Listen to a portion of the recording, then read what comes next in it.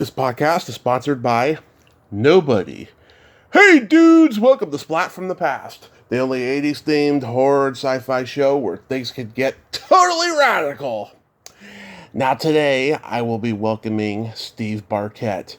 Steve wrote and directed and starred in the 1982 sci-fi action horror movie, The Aftermath. A very entertaining, often brutal, low-budget film that took like 4 years to complete or something like that. And we're going to talk about that today. He was also in a lot of movies that Fred Olen Ray and Jim Wynorski made, like Dinosaur Island, Beverly Hills Vamp, Hard Bounty, Attack of the, Attack of the 60-Foot Centerfolds. Yes, and we're going to talk about all of that stuff today, and I can't wait. I love talking to the 80s exploitation guys. They're very entertaining and very interesting, and it's going to be a great conversation. So yeah, here is my interview with Steve Barkett.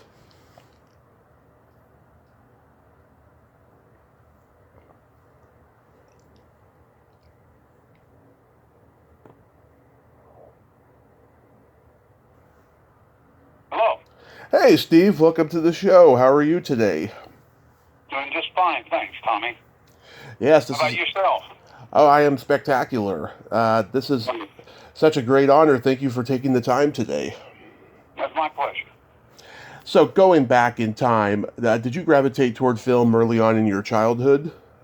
Yes, I did. I sure did. Yeah. Did you want me to elaborate on that? Oh, yeah, go ahead. I just didn't know. It's your show. I want to give you what you want. When I was 10 years old, actually when I was 8 years old, I saw the first issue of Famous Monsters of Filmland, and Forey Ackerman's magazine. I don't know if you know that magazine or not, because it was... Not only do I know the magazine, I also did press for one of Famous Monsters festivals a couple of years ago. I'll be darned. Yeah. Well, as early as 1960, I started collecting film. I was just dying to see the original Phantom of the Opera, which you may remember the seal on the outside looked like a stamp. On every issue was a picture of Lon Chaney in the makeup from the 1925 Phantom of the Opera. And I finally achieved that by about age 12. I bought a terrible 8mm print from somewhere. It was Entertainment Films or something. Mm-hmm. And but I knew I would be a film collector for sure, and that I would do something in film as early as that, because I loved it. And it was only a few years later, like maybe when I was 16, I started having a regular film series at the Art Center, Oklahoma Art Center. That's where I grew up, was in Oklahoma City. And did that for 2 years, and was collecting posters. I stumbled on one of the biggest poster finds in history, not realizing it was that until many years later at the National Screen Service office in Oklahoma City. So I ended up selling 40 posters, some of which I sold for $8 or $9 that ended up being worth thousands later. Wow. It was just amazing, and I just was in love with every aspect of film. And I loved film music that early. Unlike most kids my age, I never was interested in popular music. I didn't listen to the radio. I was totally absorbed because I had set up my own theater in the house, in a large room that had originally been planned as a game room nobody ever used. And that was my principal interest until I decided I was coming out west. I decided as early as 1968. I married quite young. I had my first son when I was like a month from turning 19, and that'll make you mature or not. I was very nervous about bringing them out, but I thought, what the hell? I've been interested in this. Maybe I can make a go of it. Wow. So do you remember the first movie you ever saw? Well, the first one I remember definitely in a theater was probably Creature from the Black Lagoon. Ah, nice. And I was probably 3 years old. I also remember very vividly that I dropped my 3D glasses on the awful sticky floor of the theater, and my mother gave me hers and sat through the whole damn thing without any glasses. So that was my first memory for many reasons. That's great. That's a great first one too. How about do you have any favorites? Well, my favorite film of all time is the original 1933 King Kong. I couldn't believe it when I saw it. It was like my reaction was like Ray Harryhausen's. I just couldn't believe it. And it was a film that not only did I love, but I studied. I managed to obtain a 16 millimeter print when I was about 15 years old, and I started studying it for special effects because I knew those things could not be real, of course, but I did not know how they were done. And in those days, there were no film books or places where you could look up information about people in it, what they did, where they came from, how they were doing. So a lot of my early knowledge was just deduction. Watching different films and saying that must be how they did it. And then, since I was interested in silent films, I read some books, and some of the techniques used in King Kong, of course, were developed in the silent era, glass, matte paintings, and so forth.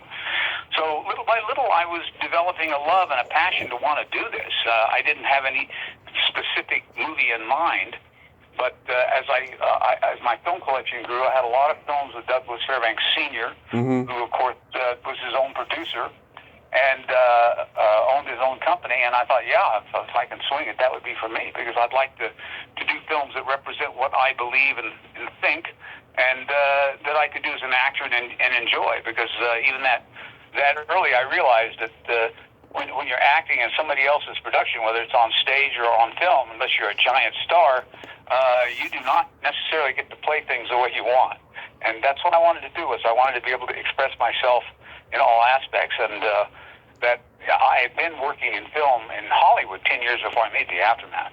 But I had done a number of other films, most of them forgettable, but that's where I was headed. Wow, when you said that your movie collection grew, did you carry those big old film cans? Oh yeah, I sure did, and I did it for a long time, and I moved across country, and it was that was my biggest expense in moving, was the weight of those damn film cans. Yeah, it's amazing how they were able to convert those into analog for VHS later on. Yes, it really is, and what's even more amazing is what they did when they went to DVD. Because when you look at a DVD, most of the time, if it's from the owner and the original source material, they literally are running the negative on a film chain very carefully and reversing it electronically. So you're actually looking at the negative, the camera negative, and it's much clearer than even the 35 millimeter prints. Absolutely. Were there any directors that influenced you? Yes, a lot of them. Some in person, some by reputation. In fact, it was funny because Creature from Black Lagoon, of course, was directed by Jack Arnold. And in 1975, I was putting together a movie with Jim Danforth that never got off the ground, but got almost close to shooting day.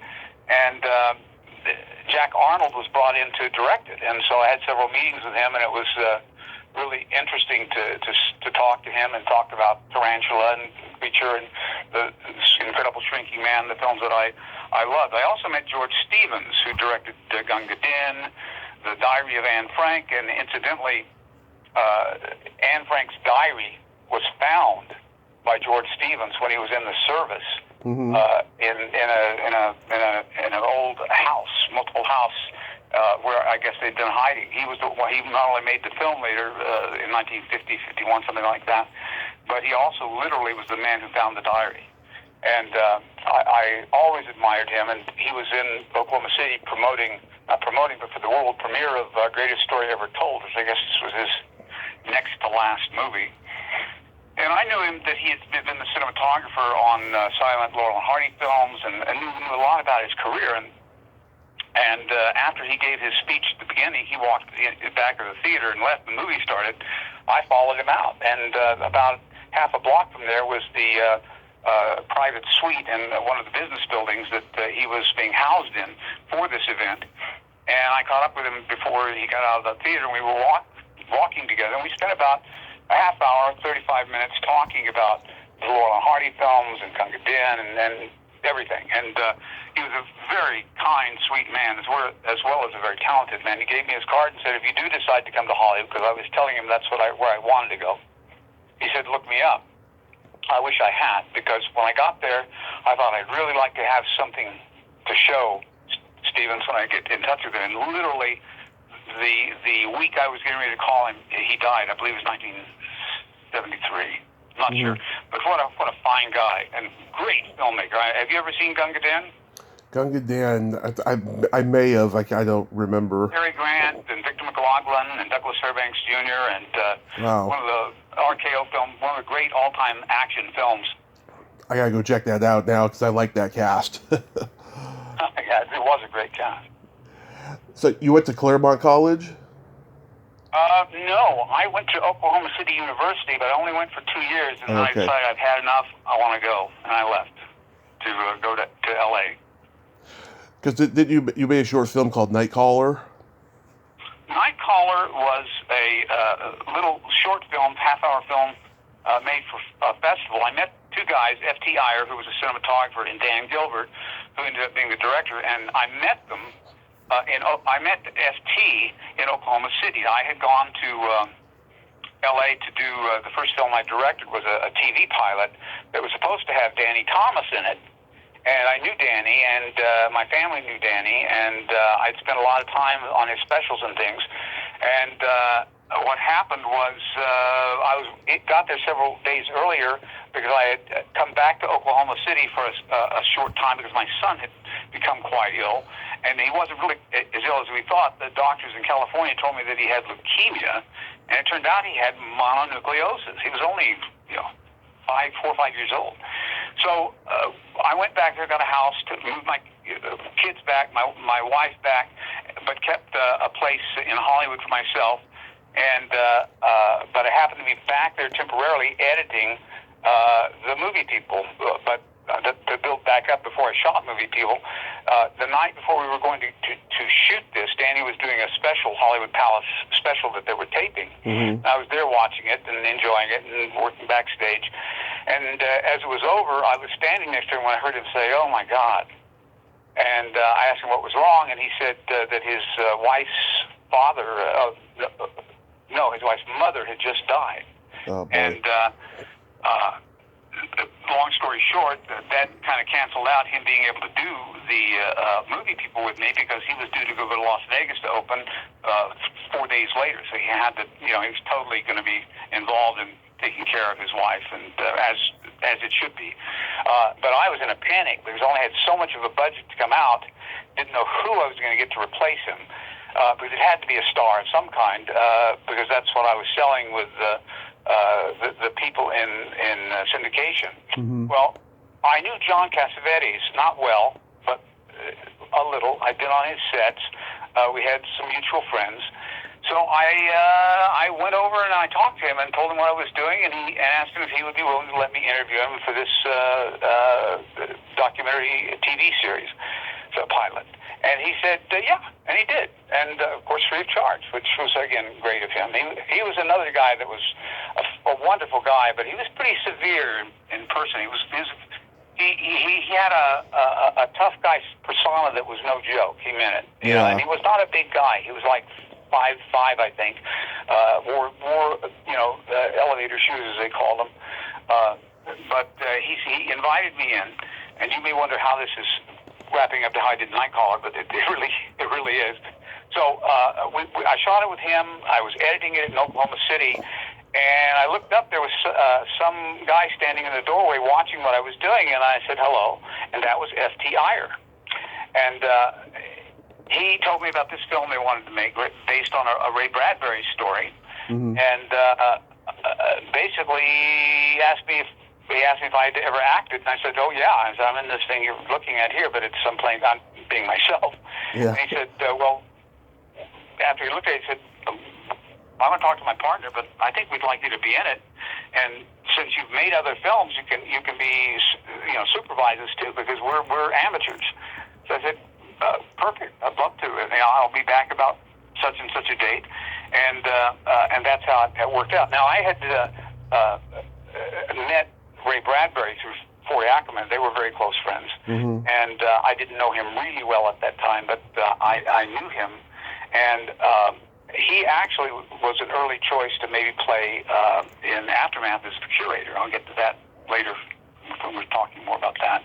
But anyway, Nightcrawler was made. It was done over, they did it on weekends, and that took them, obviously, they weren't used to shooting. Everything took 10 times longer than it would have on a professional project. Mm-hmm. But I guess we shot for 4 or 5 weekends, and then just in the middle of it, my father died in March of 1973, only 56 years old, of a heart attack. And I had to stop and come back for a couple of weeks. And then I went out and finished it. And amazingly to me, because I think it's a... excuse me. Yeah. Sorry, excuse me. I've had a little cold the last couple of days, and my throat's a little rough. Yeah. It's all right. So basically, the film won Best Picture at the New Zealand International Film Festival. It was quite well liked. And the reason we made it, and the reason I wanted to make it, was I think they spent $9,000 on this, and we wanted to see if we could shoot what was the equivalent of a black and white complete movie, a third of it, for $9,000. And that was, again, part of my work to see if I could actually do the Aftermath on a really low budget, which I'd already written Aftermath at that time with Stan Livingston, who was my friendship on My Three Sons. Yep. And that was the plan. We would do it together. And it did well, but other things took me away because there were a number of false starts on Aftermath. And originally, like I said, I was planning a $30,000, $40,000 budget, and obviously that's not what we spent. We ended up spending, before it was done, about $250,000 on it. But that was how it started. I wanted to spend, and I also, Danny Thomas, to backtrack for a minute, had been very kind to let me come to Paramount whenever I wanted that first year in Hollywood and go on the sets of TV shows, because I wanted to become set-wise. So, number one, I would know what I'm doing. I wouldn't be tripping on cables, and I wouldn't get into trouble, doing stuff I shouldn't. And I was constantly on the set of Mission Impossible and Mannix and Mod Squad, the Brady Bunch, and there wasn't a lot shooting then. In fact, I could walk at that time.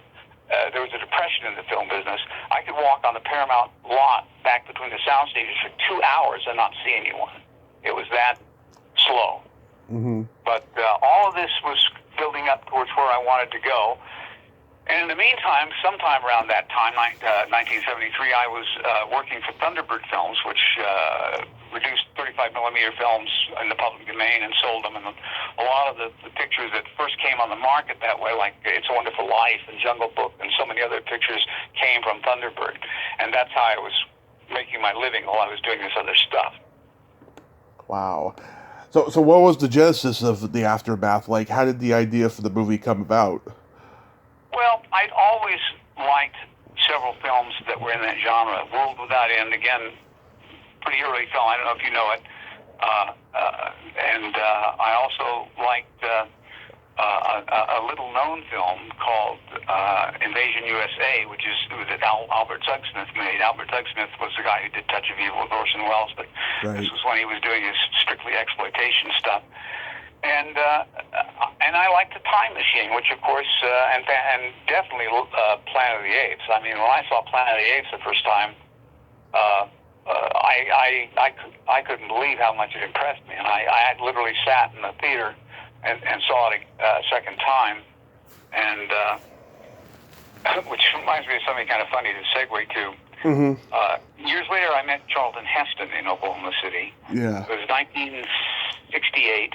And it was at the Western Heritage Awards, at what was then called the Cowboy Hall of Fame. And he was there for Will Penny, but and the building in which this was being held was the Skirvin that I fight on top of in Aftermath. Because a lot of people don't realize that while I started Aftermath and finished it in California, I went away to Oklahoma, where I knew I could do a number of things without getting in trouble, without licenses. And shot a lot of things there, including that spectacular scene on top of the Skirvin Hotel. but I was going, and I found myself in an elevator with just Charlton Heston going up. And I had gotten in as on a press pass because I did write articles periodically for the Classic Film Images, which at that time was still called the 8mm Collector, I believe. And that got me in, and that's how I happened to be there and be able to walk around and talk to all these people. Well, Heston was not in a good mood. He was apparently nobody had met him at the airport, and worse yet for Charlton, who was pretty full of himself, and that's one of the reasons he was as strong an actor as he was. Nobody recognized him. Nobody knew he was there. You know, he didn't get any special treatment. He had to take a cab to the hotel. Not in a good mood. So on the way up, I was talking to him, and I told him I was writing a piece, which was not true. And I said, "What advice would you have for a young actor wanting to go to Hollywood?" And he looked at me and said, "I tell him not to go." And I thought, well, this is about as far as this interview is going. And I didn't, except for at the festivities there, I didn't see Heston again until years later when I was in the Screen Actors Guild, when I became a member of the Screen Actors Guild because he was president at the time. Wow. How did you beat Stanley Livingston? Well, that's kind of interesting. Stan was my first friend in Hollywood. And I had found an apartment on a street called Whipple, which was just literally blocks away from Universal Studios in North Hollywood. And I moved into this apartment. I looked around. I liked it. And it was a second-story apartment. And on the balcony next to me and back was this interesting Gothic house. And I found out not years later, but I found out months later that that was Bela Lugosi's house that he called the Dracula House. And so I thought, this has got to be an omen. We got my apartment overlooking Lugosi's house, and right across from me was Stan. I didn't know that. I was told when I moved in that he was in My Three Sons. There were a number of actors that lived in that apartment. Bill Daly, who was in I Dream of Jeannie, and a couple of other people in more minor actors. I can't remember their names. But anyway, as I was carrying in all those heavy film cans you were talking about a minute ago, amongst them, I had some Harryhausen models. Well, this was years before you could buy any kits that resembled these things for collectors. And I had commissioned a guy named John Fishner, who was a wonderful sculptor in paper mache, to make me models of the Cyclops and the Hydra and a bunch of other Harryhausen models. Well, he saw me carrying in all these film cans and then all these models and stuff. And Stan told me later, he said, I saw this guy moving in all this stuff. I thought, what does he do? Because I was quite young, and I was 20, yeah. And so he came over and introduced himself, and we had a lot in common. We loved a lot of the same old films, the old Universal horror films and different things. And My Three Sons was still on the air. It had 2 more years to run.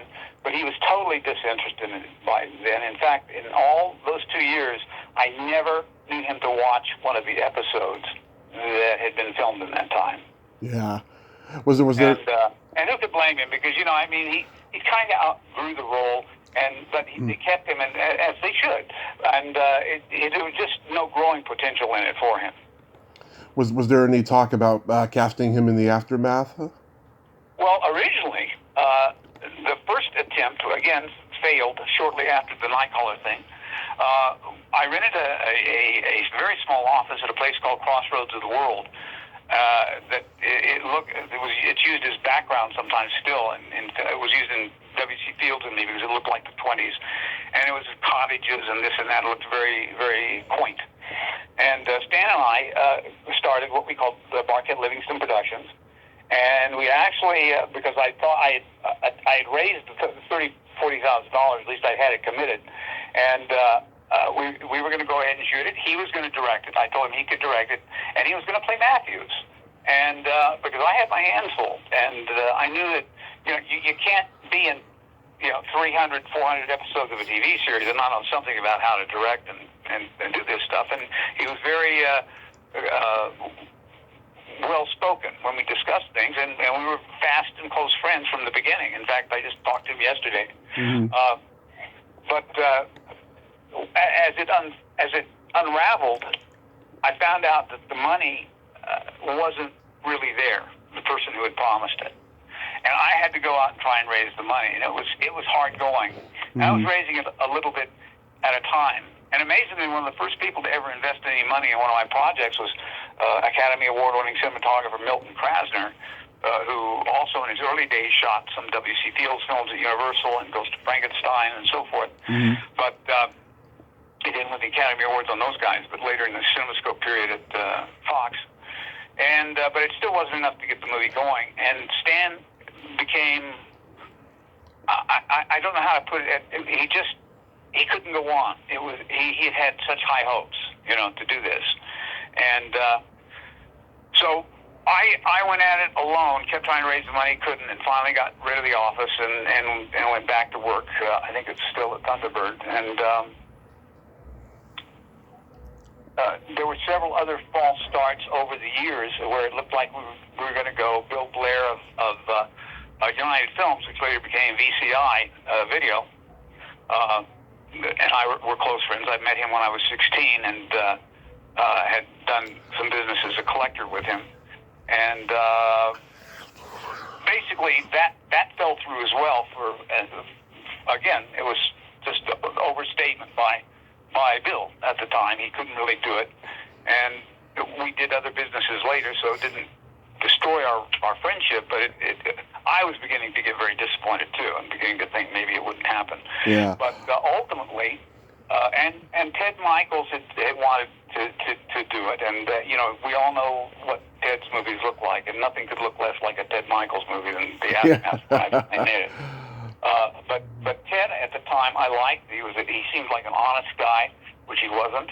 And I'm not talking about money now. I'm talking about he used to steal credits from a lot of people. He claimed that he directed Children Shouldn't Play with Dead Things, which was starring and written by Alan Ormsby, a later Academy Award-winning writer.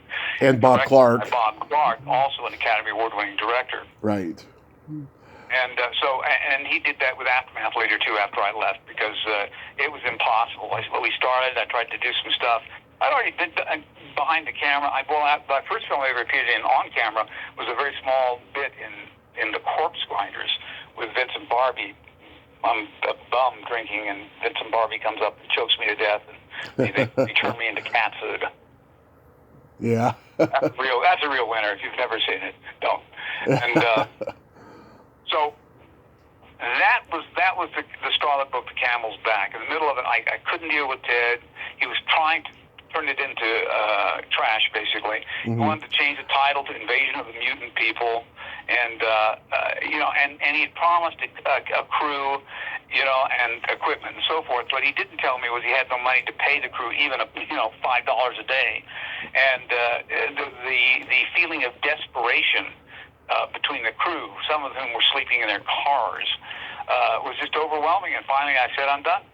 And I said, if you can finish this movie without me, be my guest. So I quit, and I went back to other things. And one of the things I started in the interim was the Hollywood Book and Poster Company, which became, with Stanley Caden and later his son Eric, one of the most popular cinema stores in Hollywood. And I only was involved in it for about 3 years, and then I sold out my interest, and it was the money from that sale that carried me through the making of Aftermath, because I did not receive a salary when I made Aftermath. I was half owner, but I did not receive a salary. And I know I'm jumping all over the place, but that's what the beginning of my career was like. It was like going from one precipice down into the quicksand and back, over and over again. But the real starting of the project happened when my brother-in-law, Issam Jamjoon, and my heritage is on my dad's side. Well, he was Lebanese, full Lebanese, and Issam had been going to work in the States. He married my sister Mary Lou, and he came. For 7 years, he had no money whatsoever that I knew of. I remember loaning him money when I was a teenager so he could go out on dates with my sister, because he was that broke.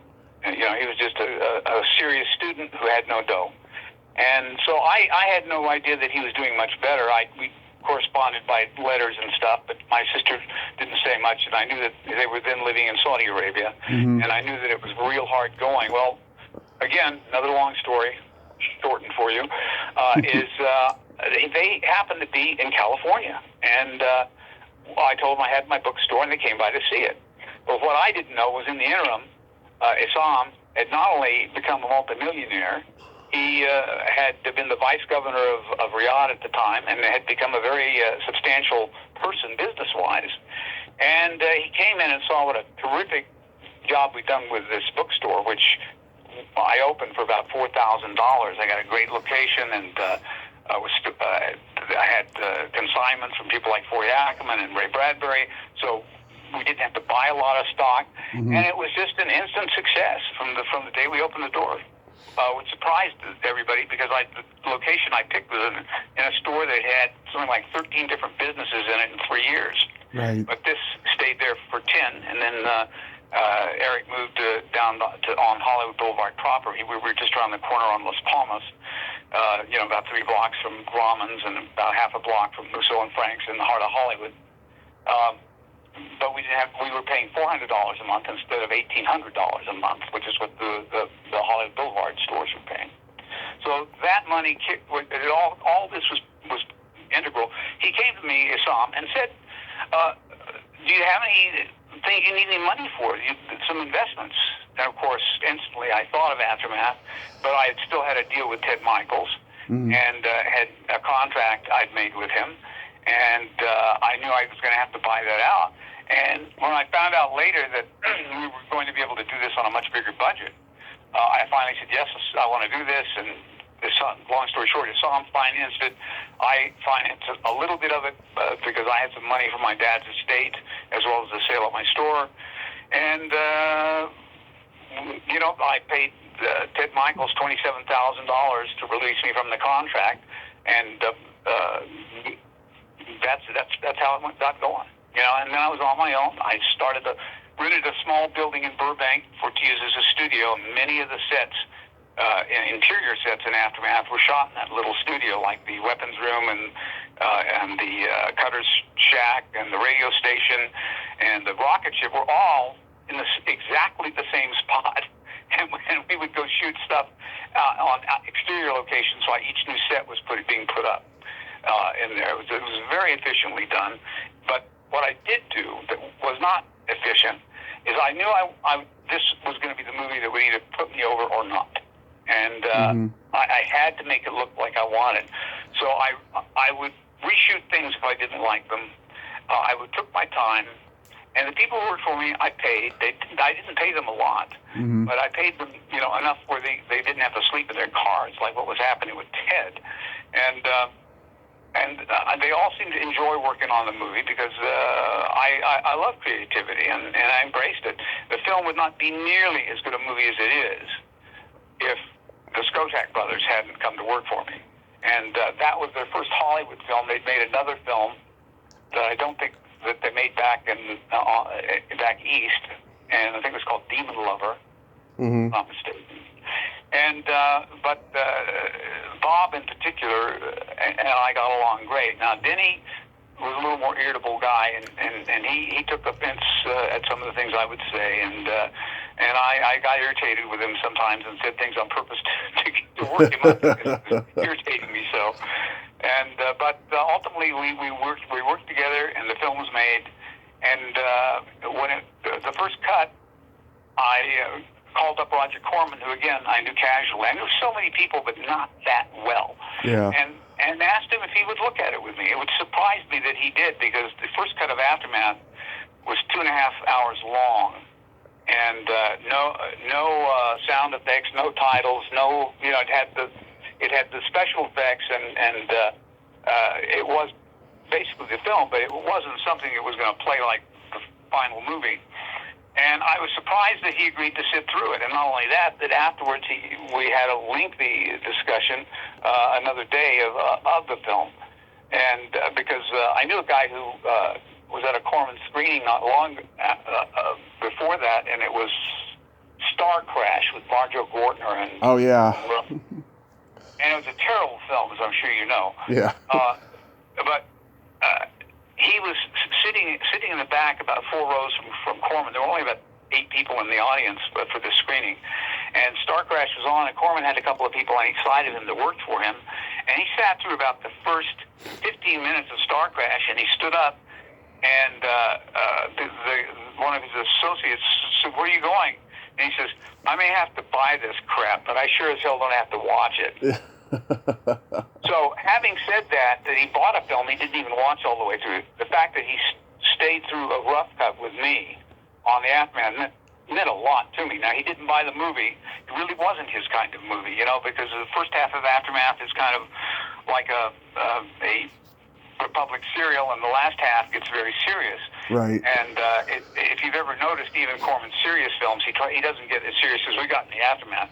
But I think he appreciated that. And he asked me repeatedly where I shot certain things, and some of it was places he had used, like Leo Carrillo Beach and Zuma and so forth, and didn't recognize them. I guess he shot them in black and white. But that helped tremendously. I didn't. The thing I noticed was his discomfort, and I knew that I had to even this out, how it went from this first half to the second half a little more, and I think I did. Yeah. But, it's just, I had a lot of to digress back from it, I had a lot of very talented people. Matt McClung, who I don't know if he won the award, but he was nominated Academy Award for his effects on Dante's Peak. Came into my store. And had some models of the craft in Star Wars that he had built himself before they had come out, as a popular, before they made kits and things. And he came up to me and he said, "I want to work in movies. Do you know anybody who could help me?" And I said, "Well, you came to the right place." Because the first cutting room I set up for myself was in the first one was in the house that Ted owned, where I shot those scenes of Aftermath. And the second one was in the back of the Hollywood Book and Poster Company, because there was room, and that way I could be there too and see what was going on and work occasionally. But ultimately, I got rid of that and set up my own little building, as I told you, the little studio. Mm-hmm. And Pat McClung, and there were some other very talented people who worked on the shooting, and there were some people who had done stunts, and there were some people who hadn't done stunts, like Alfie Martin, who, when we did that fire stunt, we originally were going to have somebody double me in the astronaut costume, and I was going to go in the fire suit, which we were loaned by, and I can't remember this guy's name, but he was the one who did that spectacular stunt in Towering Inferno, where he walks out of the elevator on fire and falls down. That's the fire suit we used, and I just couldn't ask anybody else to do this stunt. But Alfie came forward and said, "I really want to do this. I'll be fine." And so I let him do it. And of course, when I light him up, and he starts walking away from me, in the next 30 feet, there is a guy with a long range fire extinguisher in the bushes every 10 feet. So I knew he was pretty safe, and I told him to fall down when you get hot, and he did. And he wasn't hurt. But when I went over, after he took the helmet off, the face and the helmet guard, I patted him on the head, and his hair was hot. Wow. Oh, that's not good. No, it's not good, but that's how dangerous. And the guy who did the Towering Inferno stunt graciously agreed to be there, and he didn't seem to object to anything. So I thought, I guess we're doing okay, and we worked. Thank God, because I would have hated to hurt somebody, Yeah. How did you come to cast Sid Haig? Well, I don't know if you know the name John Ashley. Do you? Vaguely. He made a lot of Filipino horror movies, and in the 50s he was in a lot of AIP films, like The Ghost of Greg Strip Hollow and stuff like that. And he was another fellow Oklahoman. And John had gotten his first break in the movies from John Wayne. He was visiting the set of Genghis Khan in Nevada, Nevada Desert. And Wayne said, "That kid should be an actor. He's good looking. He's got grace. He's got this. He's got that." And I guess Wayne put him up with an agent, and off he went. And he was doing quite well as an actor. But he wanted more than that, and he bought some theaters in Oklahoma, and had a big business empire other than being in movies. Well, he produced movies, made these films in the Philippines. Well, John, again, we were friends, and we even talked about making something together. I wrote a script for he and I to do. Again, one of those things that looked good but just didn't go. Well, John had made several films with Sid Haig, and I asked him about Sid Haig, and I said, I know he's good. I've seen the films. I said, but how is he to work with, and so forth. I'm doing this non-union, but I've got union actors. I don't know if I should even approach them because they might rat on me and say no. Yeah. And John gave me a great report on Sid, and so I set up a meeting with him, with Sid, mm-hmm. and we talked, and I told him about the film, what it was, and I think I offered him $500 for 1 week. That's all I offered him. And he said, yeah. Because I told him, I said, I'll put you in every piece of publicity I put out. I'll promote you. And I said, your name will be on the poster, and you'll have third billing, single card billing. And he said, well, I've never had any of those things, so I'll do it. That's great. So he said, I've never seen my name on a poster. I'd like that. And so that was it. And he was very cordial and very professional. And I'll tell you, mm-hmm. he went way above and beyond, because Sid had worked on a number, I didn't know this at the time, a number of Corman movies. Mm-hmm. And he was used to the small crew, everybody pitch in deal. And when we were shooting my death scene in Palmdale, which I later reshot elsewhere, did retakes, but the master scenes done there where I get shot and where Christopher ends up shooting him and so forth, was done in Palmdale out in the desert, and I only had 4 people or five people in the crew, and we were having trouble coordinating what we were doing because, of course, I couldn't help in the scene where I'm covered in sticky fake blood. Yeah. And I can tell people kind of what I want them to do, but I can't help set up. And Sid saw that the boom operator, the guy with the boom, the sound boom, with the microphone on it, was having trouble doing everything he was doing. And Sid said, give me that. Let me do that. So if you ever get a copy of the special Blu-ray DVD double set Aftermath, it's got a lot of photographs of different things. And one of the photographs is, I believe, Sid Haig holding that sound boom, mm-hmm. and everybody, the few crew members are all around me as we're shooting, and I'm in the scene with Chris dying, and there's Sid Haig holding the boom. Yeah. He's a sweet guy, and I guess he passed away. Yeah, I met him at one of his last conventions. He was a total walking coma by that point. I don't know why he was there, but yet I did know why he was there, because he loved the fans so much, and he had his son and his grandson there. They all looked alike. It was sad, but he was loyal to his fans till the very end. Yeah, he sure was. Well, I saw him. I'm not sure how. It was no more than 3 months before he died, at the Vincent Price Achievement Award, the Life Achievement Award. Oh, right. And I had gotten a letter saying Sid Haig wanted us to send you this and request your presence, and that may or may not be true. But I went anyway with my wife Denise, and Stan Livingston went too, and it was an interesting thing. It was. And it was the Vincent Price Award. We thought that would be great, to see too. And I did chat with him a bit, but even though he was cordial and friendly, and we sat together and talked, I got the feeling he didn't really know who I was. And like you said, like in a cloud. And I watched him when he walked. Now, Sid had gained a lot of weight, as you know, when he did those Rob Zombie films. Right. And he was very thin again.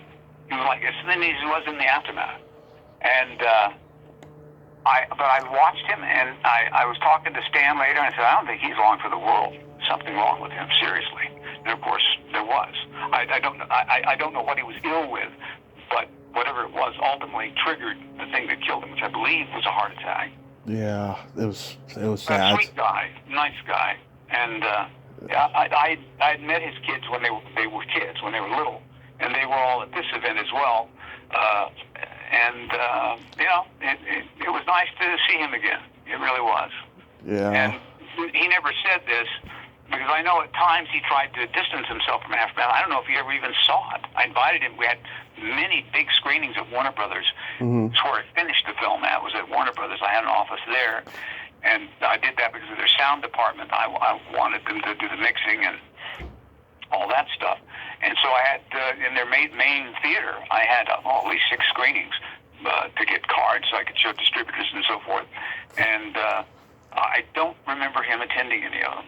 But Stotax were there. In fact, I remember it was funny because they brought their mother. And of course, Aftermath, particularly for the time, but even now, is an extremely violent film, and some of the things in it are considered really over the top. Like Alfie Martin as Getman getting the knife, shoved in him for killing all the CFs. He was the only one Newman could get his hands on, Yeah. And but it was something. It was severe, and so I apologized to her when she came out. She said, no, it was fine. It was fine. And then there was another little old lady. It looked like she could barely walk out. I mean, I don't know how old she was, but she was old. And I said, I'm really sorry if anything in this movie upset you. And I said, particularly that scene with the knife. And she turned to me and she said, Sonny, I'm a grandmother. You couldn't have stuck it in deep enough for me. That's her story. And just an interesting, the knife scene thing made me think for a minute. I knew that I couldn't afford Sid more than a week. Yeah. But I needed to create a character that was omnipresent, the way Charles Manson was. And I didn't think of it at the time, but Charles Manson theoretically didn't get his hands dirty. He had other people do all these horrible things. Right. And that's kind of what Cutter does in the Aftermath until he shoots me. Right. At least he probably does things. But what we did do is in the script, and again, I rewrote the script 6 more times after Stan and I had worked on it. And in the original version, we were school teachers, and we weren't in outer space. We went on a sabbatical on an island. The Goodyear Bloop dropped us off, and so there were lots of differences. But the thing was, I set up the script so we're constantly talking about Cutter. You hear him. We cut away and segue one little thing of what's happening parallel to what's happening with my character and Sarah and even Chris. And so by the time it gets to the day raid, I think anyway, it's quite believable. I mean, a lot of the stuff you see in these films that are called one-man army films like Rambo and so forth, even when you look at these physiques and the weaponry, it's hard to believe. But this wasn't meant to be like this. This was meant to say anybody, any normal guy who has to do this would do it. He probably wouldn't survive. Maybe he would, but he could do it as long, And I kind of set up that I knew how to use a gun by the scene where I'm teaching Chris how to use a gun, and so forth. So I think it worked, and I know. Did you ever see the David Moore's book, The World Gone Wild? Came out in 2015. No. It's history of apocalyptic films. Uh-huh. And they list everything. And I had no idea there were that many apocalyptic films. But he only did 10 really featured articles in the book on films, and one of them was The Aftermath, which he did like these pages with 3 columns a page, and did like 5 pages of interview with me. And really, that was the first time I felt that an interviewer really got a grasp on what I was doing in the Aftermath, and that it worked for them. Because I thought it would work for everybody. That was not the case. Yeah. I guess the film was banned in England for 20 years. I didn't know that, no. It was released in any event. I guess the people who released it didn't know that, but it was denounced on the floor of the Parliament, and not by itself. There were other films too. In fact, when I went there in 1998 and had the last 35mm screening and got my Life Achievement Award, it was still banned at that time. I had no idea. Wow. Yeah, the movie reminds me of the Omega Man with a little bit of The Hills Have Eyes. Yeah, well, that's a fair judgment for sure. You know, Yeah. it takes some of the things from a number of other films that impressed me, and they were more meant to be a homage than a theft. But Yeah. a lot of people have said that to me, the way I'm sitting there against the Volkswagen van when I'm dying was very much like the death scene in Omega Man. And I wonder what Charlton Heston would have said if he realized that the kid that asked him in the elevator was better remembered in his film that had a similar scene than his film. You know, it astounds me sometimes. Particularly in David Moore's book. My God, there are films I loved and that only have like half a column, you know, and so forth. And I'm thinking, these films were in my mind when I made Aftermath great films that all I could do was aspire to try and be as entertaining and as worthwhile. But the fact that the film is still playing, not just on video, but in public screenings and theaters, as is Empire of the Dark, just astounds me. They're both better known than they were when they came out. You know, and more in demand, I might add. The Aftermath Blu-ray has been on Blu-ray for 5 years, and for the first 3 years, it was constantly in the top 500 selling science fiction Blu-rays on Amazon. And that's pretty impressive, I think, for a film its age. Absolutely. Didn't you tried to get Buster Crabbe for this, right? I did. I met Buster we had one of the first early science fiction films was one in Oklahoma called The Multicon, 70. It was 1970. And they wanted Buster Crabbe as a guest. Well, I had not met Buster at that time, but Vince Barbie, who killed me in The Corpse Grinders and who became a close friend, had been in a TV series shot in Morocco, in Africa, called Captain Gallant of the Foreign Legion, a Buster Crabbe series. And when I went through his stuff back in 1968, that's when I first met Vince. You know, I went out on a 3-month trip to see if I could afford and manage to come with my family to California. I was going to just bring him with me. But Vince knew Buster, and they were friends, and he knew where Buster was living, and he had his phone number. And Buster was living in Rye, New York. He was his main, other than promoting swimming pools and things like that, and getting a big commission for it, he was in the stock market.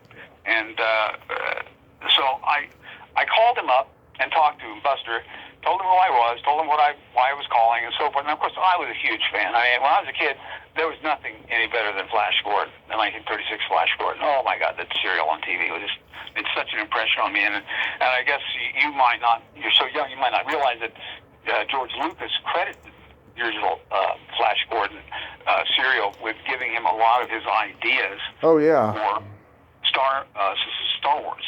Right. So, anyway, I talked to Buster Crabbe, and he said, well, you know, I'd like to do it, but, you know, I think it was like 8 months from there. He says, 8 months, planning something 8 months in advance, I'm very busy. I don't know if I should do it. So he made a tentative plan to do it. And ultimately he did come out, of course. And he was a huge hit. We had about 400 people, and they gave him a standing ovation when he first walked out. And I don't think Buster realized how popular he still was, you know, and how much beloved he was for these old films. Well, Fred Olen Ray got to cast him in one of his first movies that became Buster's last movie. Yeah, I know, and you know, he kind of got.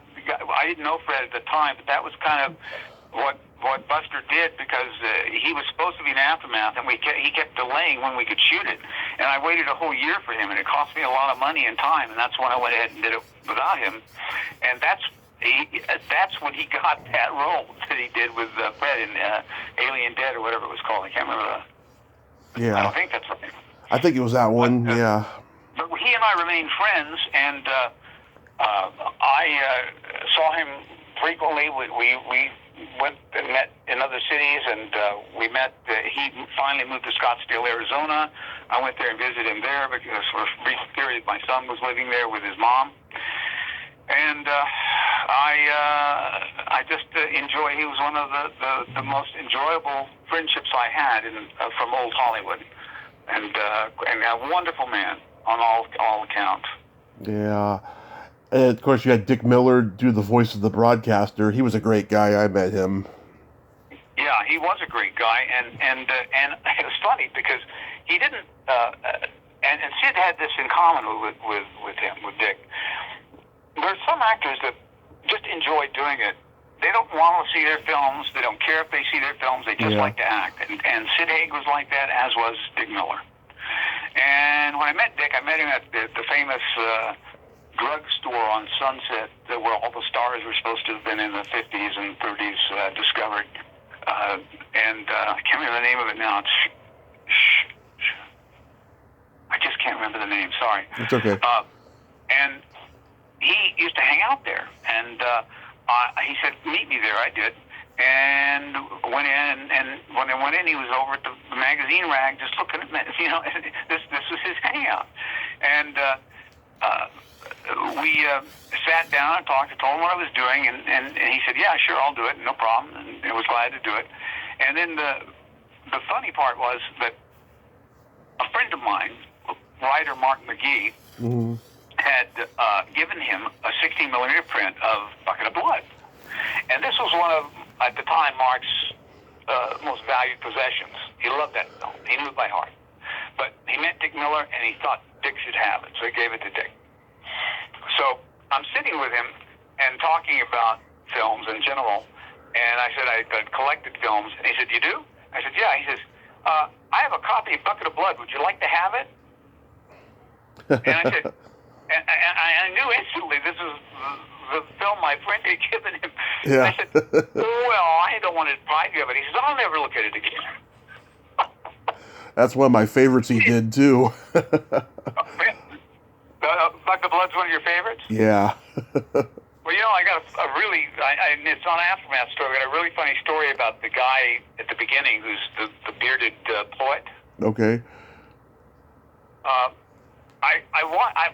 When I was working overseas, I was coming back every summer for a week or two or three, and I bought a lot of DVDs that I hadn't been able to see. There were literally hundreds I had purchased, and I was opening up and looking at them. One of them was a Bucket of Blood DVD, and it was an excellent copy, which most of the stuff, because it's public domain, were not. Yeah. So I'm watching this, I'm thinking, you know, that guy's really good. I don't ever remember seeing him anywhere.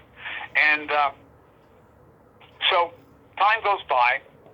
In 2000, I come back to the States for summer. I go to California. I'm still living overseas in Italy, and I'm going to visit Richard Harrison for 2 weeks in Palm Springs, as well as going to Fred's birthday party.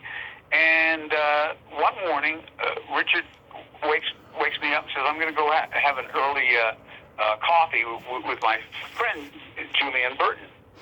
And he said, "Do you want to go?" And I said, "Well, yeah, sure, I'll go." And so I got up and we test. So we go and we're talking, and this guy that we went to have coffee with is talking about what he's done and this and that. And finally, one point he asked me what I'm doing, and I mentioned, you know, some of the films, and I also mentioned that I'd done a few pictures that Roger Corman owned. And he said, "Roger Corman?" He says, "Are you doing films for Roger Corman?" This was the guy, Julian Burton, who played that role. No beard, not even any long hair, and much older with white hair. And this is the guy I was talking to that literally 2 weeks earlier, I thought, who is that guy? He's really good. That's awesome. It's crazy how things happen sometimes. It is, yeah. And then, so years later, you do Empire of the Dark, which is kind of like a sequel to The Aftermath. Well, I don't know that I would say that, because it's dealing... the only thing I would say is the premise is similar in that both films are about fighting evil no matter what the cost.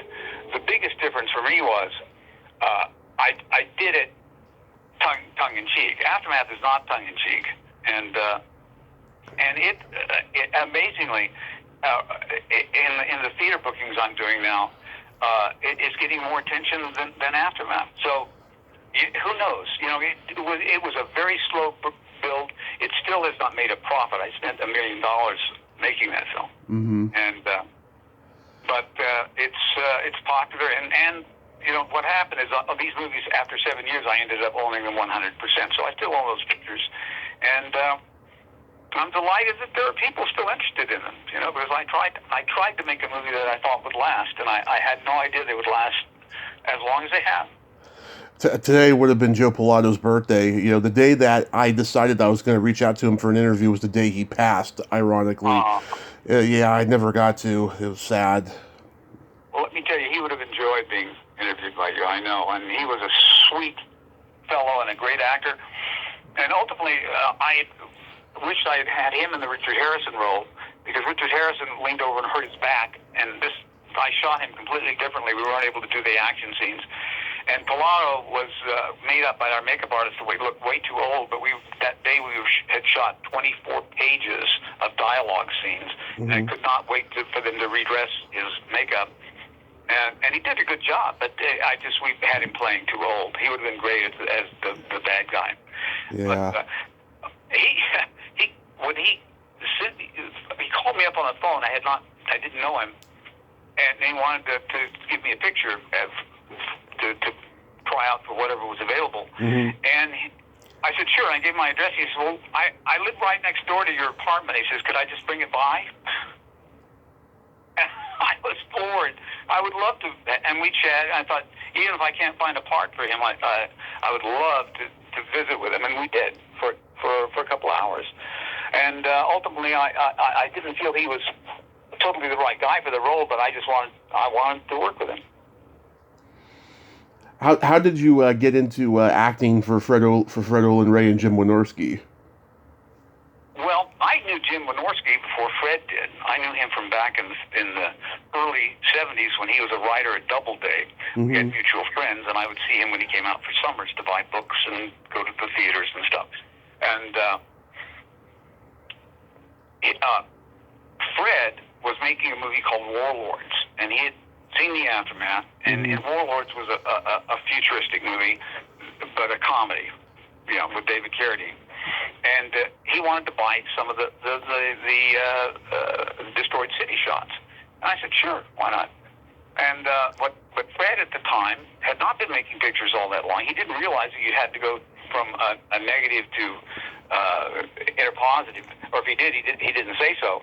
And so I agreed to a $2,500 fee, but his costs in paying the costs with the lab would have been almost another $2,000 or something.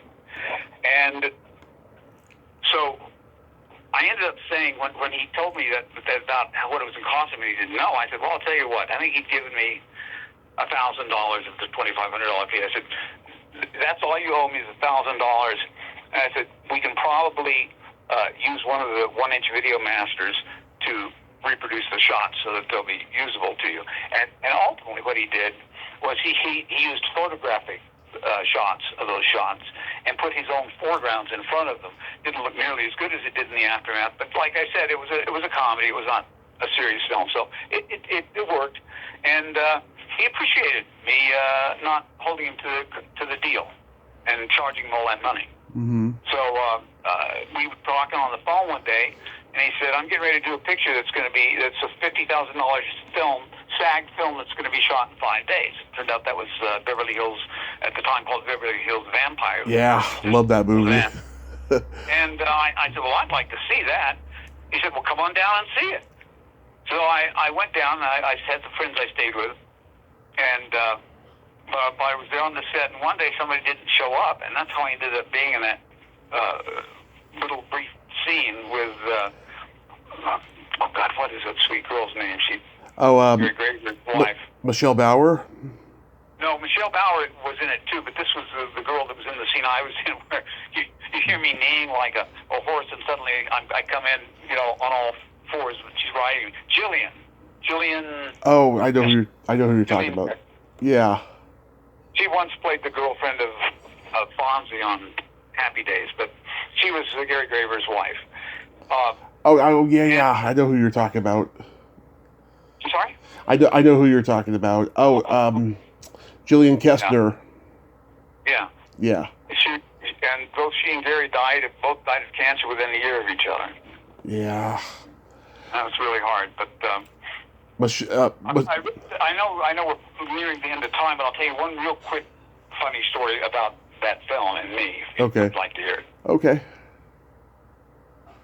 So I make this film. I didn't have my kids were still pretty young. I wasn't about to say I made this film where this girl's riding me like a pony, and I figured they would never see it. No big deal. So several years go by, and my daughter on Halloween, she's in high school. She and her best friend, a girl named Christy, who ended up marrying my son Christopher, his first wife, and they go out to rent a bunch of VHSs for Halloween. And they come back, and one of them they rented was Beverly Hills Van. And they put it on, and they're sitting here watching it, and my scene comes on, and Christy turns to Laura and says, "Laura, is that your dad?" And Laura didn't know I was in it, and she said, "Oh my God, that is my dad." So in the future, you ever heard anybody say, "Oh, nobody will ever see this film," blah, blah, blah, blah. Well, I didn't think they would ever see it, but they did. Yeah, Michelle is a close friend of mine. She says hi to you. Oh, I love that, because I just adored working with Michelle. She's so sweet, always smiling, always having fun, and we had all such fun working on those pictures. You know Deborah Lamb? I'm sorry? Deborah Lamb. Oh yeah. I noticed that you had interviewed both of them. Yeah, they're great. I've also interviewed Debbie Dutch and Peter Spellows. You know. Yeah. You know what's funny? When I saw these movies back in the early '90s, it was on USA Up All Night, and they were brand new at the time, right? Now they're considered classics, and I don't see any of the horror hosts playing these movies, and I think it's because they're afraid of the cancel culture. Because they're so politically incorrect, and it's just like no one's showing these anymore. It's really weird. It really is weird, because particularly Dinosaur Island was so popular. I mean, the ones I was in, Dinosaur Island, and the interesting thing about that is that Roger Corman never put it out on video. And it was incredible. Some of the bootleg VHSs were selling for $150 for a while. That's interesting. When it finally was put out on video, it was Fred, Ray, and Jim Wynorski who did it. I'm sorry, I keep coming up with stuff, and I know you're getting near your end, but no, it's okay. Go ahead. Jim Wynorski on Dinosaur Island, if you want to hear it. Oh yeah, go ahead. Yeah, no, we got no time limit. Go ahead. Oh, okay. Well, Ross Hagen and I were standing and talking. This was shot. Most of this movie was shot outside, and a lot of it was shot at David Carradine's ranch, where the Cave Girl village was. And then we shot in places like Vasquez Rocks and on the beach, all very hot, in the dead of summer. So we're at at David Carradine's place, and Fred Ray, since there were two directors, Fred would sit with me and we would visit and smoke cigars. And I also did some visual effects on that film. So Jim would be directing. So we were standing around, and we see Jim talking to one of the cave girls. Mm-hmm. And we don't know what they're saying, but all of a sudden I noticed that the girl starts to cry and just storms away from Jim. And Jim, doesn't say anything, doesn't explain anything. He just kind of walks away. And so I see this, and this is typical Jim Wynorski set ongoings. And so I kind of leaned forward and did in my radio broadcaster voice. I said, "Today in Sunderland, at the home of David Carradine, Jim Wynorski was found dead, the victim of a murder." Wow. And I stopped, and Ross Hagen looked at me and leaned forward and says, "There are 75 suspects." This is a prank, right? Yeah. It's a prank. But I'm just saying, that was the entire crew. There were 75 suspects. Oh, man. So what are you doing these days, huh? Well, I oversee Aftermath and Empire, and one of the things is I started this just because I had them. I have some posters left over from Aftermath, a pretty good lot. And I gave them to my kids to take one of the screenings they appeared at in person, and people just went crazy having these original Jim Danforth posters. And so we sold a bunch of them, and still have a bunch of them. And so I decided there's no reason for me not to merchandise this, because even with the pandemic, the screenings seemed to be going on. I mean, I stopped them dead. I didn't want my kids doing this stuff. Yeah. But now I'm getting inquiries, and it's picking up, and it's amazing to me, because as much business as the film has done on video, this is surpassing it. Literally, it's amazing to me. So I'm overseeing that, trying to get it going, set up. I'm constantly shutting down bootleggers of Aftermath or Empire. I can't believe how much there's going on. I might not have made the pictures if I'd known how much work it was going to take to protect them. It really is overwhelming. And we've got the posters, and we've got the flyers from Empire, and and the ancillary rights were always there. I just didn't know it. Maybe it's time to do a reboot or a continuum of the Aftermath. Well, I wish I was younger. I might do it, because I stopped making movies in 1998. I went overseas to be an exec in international TV, and I would probably still be there doing that if the 9/11 hadn't hit, because I was working largely in Arab countries as well as in Europe. And but I really think that the Aftermath of Empire, the audiences it was made for really aren't there anymore. That may be one of the reasons why the other pictures don't play as much either. I would love to have been able to make more films. And at the time I quit, I could have made more films. I wasn't, it's not that I didn't have prospects or backers or anything. It's just I thought I need to see the world and just concentrate on enjoying life a little bit, because it's been a struggle overseeing these movies, protecting them, getting them out, and so forth. And so that's why I stopped making them. I just felt, the movies haven't changed. Even the movies from the 30s and 40s haven't changed. It's the audience that has changed. And it's a radical change. I don't really know exactly what to call it, but I can tell you it really is different. And, I was talking to a friend the other day, a young friend, and who's 35, and I said, sometimes I feel like I'm an alien that got dropped off on this planet by mistake, but didn't get back on the ship in time when I was leaving. And I do, because I was raised, my parents were old enough to be the parents of my wife, Denise. Mm-hmm. So the culture I was raised in was even more formal and older than the one I was actually part of, from 1950 on. And I'm not complaining. I'm just saying that's the world. It's changed, and I'm very happy that these two films that the interest in them seems to be even greater than it was. And we'll probably continue doing it. I may not renew VCI's contract on the video, because I can do all that stuff myself. I just didn't want to be bothered with it at this age. But my kids are interested, so I'm going to turn it all over to them, and we'll see what happens. But that's, in a nutshell, what I've been doing with my life. I live in the mountains, and Denise and I, have been together for about 14 years, married, and when I met, I've known her since 1986. That's when I first met her, and wow. She was married to somebody else, and they eventually divorced, and we eventually got together again as something more than just friends about 1998, 99, when she was in Switzerland visiting a friend, and I invited her to come to my studio I was working with in Italy and Rome.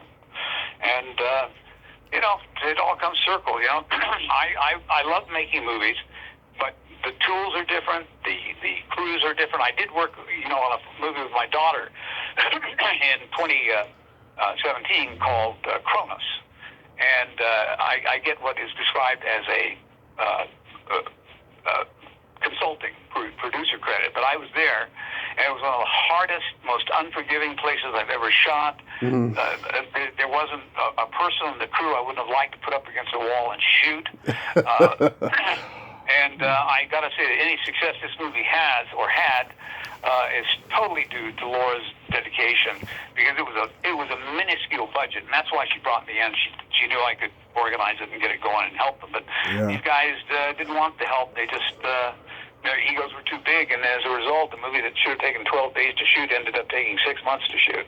And of course, I left after 10 days. I said, I can't take any more of this, and that pretty much signed the finish thought on making movies in the 21st century for me. Although I have some personal things I would do. Mm-hmm. If my wife went on a 30-day trip in the Muir Woods when she was just a teenager with 2 other girls. It's just incredible in the Muir Trail, and I'd like to do a story about that. I think there have been some books about similar trips, and she's working on her book, and if she'd ever finish it, I'd like to make a film about it. You should. That would be great. Yeah. Wow. But, one last thing. Go ahead. I'm sorry. Go ahead. I was going to ask you one last thing. Have you ever done the convention scene? The only conventions I ever attended as a guest, and this came out of left field, was in England at the Society of Fantastic Films. Mm-hmm. And I went there, and I was given their Life Achievement Award, which I did not know they were going to give me, didn't expect it, and so forth. And that award is now, they're still giving it. It's been, 25 years or something since I got mine. It's been 30 years since inception. It had only existed like 6 years when I got mine. The first awards in 1982 went to Christopher Lee and Peter Cushing. And, mostly to British people, but Roger Corman's received one, Forey Ackerman's received one, and I was Jimmy Sangster, who did a lot of Hammer films as a director and writer.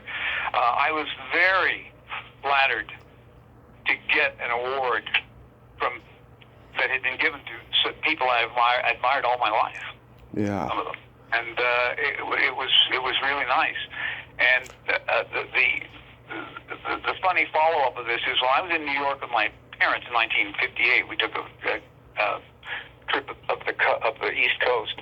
I was 7 years old, mm-hmm. and we were walking in front of a theater, and there was a big 3-sheet poster, and it was Christopher Lee as Dracula, standing there, really super tall in the poster, and I asked my dad, I said, "Who's that?" and he said, "Well, that's Dracula," and it was explaining it to me and so forth.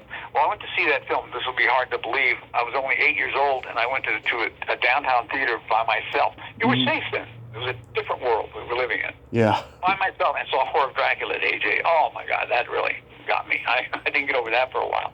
But the interesting thing is, when I looked up at that poster that day, I had no idea that 5 or 6 of the people in that film, Janina Fay, Peter Cushing, Christopher Lee, James Bernard, the composer, Sangster, the writer, and the director, all had received the award that I would be given years later as a filmmaker. I just flattered me and astounded me.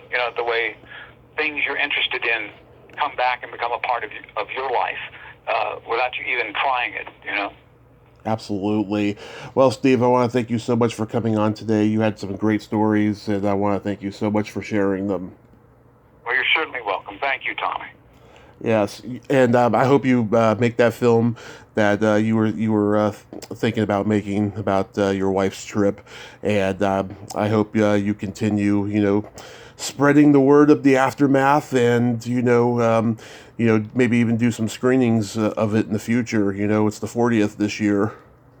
Yeah, and I look forward to doing that as soon as this horrible pandemic finally is seen the last of it. Thank you so much again, Tommy. You've been a great interviewer and very kind host. Thank you. My pleasure, sir. You have a great day and stay safe. You're welcome. Bye-bye. Bye-bye. Well, there you have it. Steve Barkett. Ain't he a cool dude? Nice guy, huh? Great stories. And a survivor of the exploitation genre. Well, until next time, this is Tommy Throwback Kovac saying, there's no shame in living in the past, because the present sucks. Later, dudes.